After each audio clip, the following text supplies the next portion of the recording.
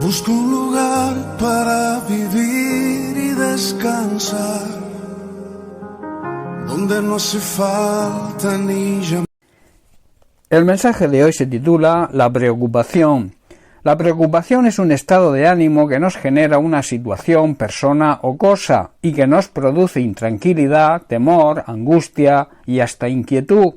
El apóstol Pablo nos dice en Filipenses capítulo 4 versículos 6 y 7 lo siguiente: Por nada estéis afanosos, sino sean conocidas vuestras peticiones delante de Dios en toda oración y ruego, con acción de gracias, y la paz de Dios, que sobrepasa todo entendimiento, guardará vuestros corazones y vuestros pensamientos en Cristo Jesús.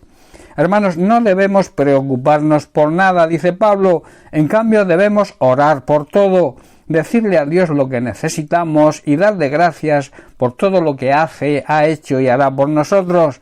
De esta manera podremos experimentar la paz de Dios, que es una paz que supera todo lo que podemos entender o pensar.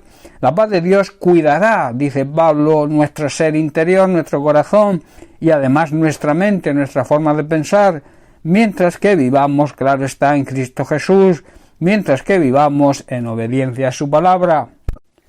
¿Cuál es tu preocupación? ¿Es tu trabajo? ¿Son tus estudios? ¿Es tu empresa que no termina de funcionar como deseas y esto afecta a tu situación financiera? ¿Tienes problemas familiares con tu esposa, esposo o con tus hijos? ¿Te encuentras enfermo o enferma y te preocupa tu sanidad?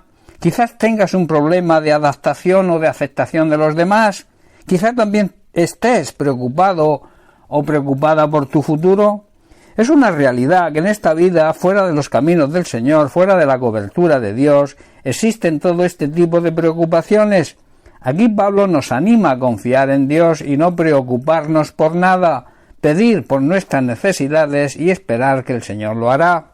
Así lo expresa el propio Jesús en Mateo capítulo 6. Leemos el versículo 31 donde dice: No os afanéis, pues, diciendo ¿qué comeremos o qué beberemos o qué vestiremos? Porque los gentiles buscan todas estas cosas, mas vuestro Padre Celestial sabe que tenéis necesidad de todas estas cosas.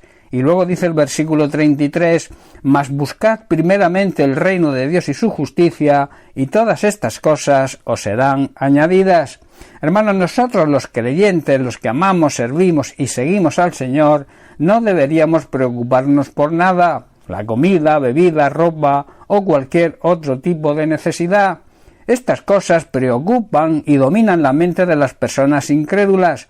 Nosotros tenemos a nuestro Dios y Padre Celestial que conoce nuestra necesidad y luego Jesús nos da la clave para que Dios cubra nuestra necesidad.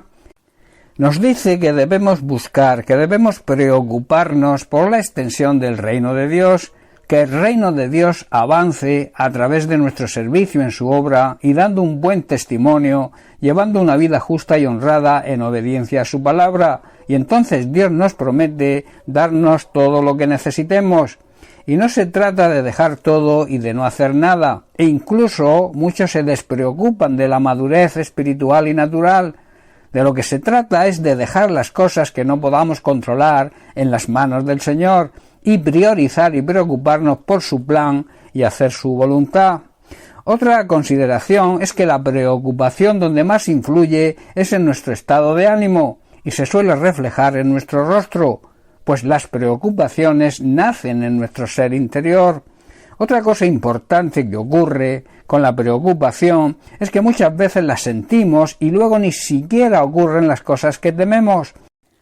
En Lucas capítulo 1 versículo 37 vemos al ángel que anunció a María el nacimiento de Jesús y también el embarazo de su prima Elizabeth, que era estéril, algo imposible para el ser humano, pero que es posible para Dios, y le oyó afirmar lo siguiente: porque nada hay imposible para Dios.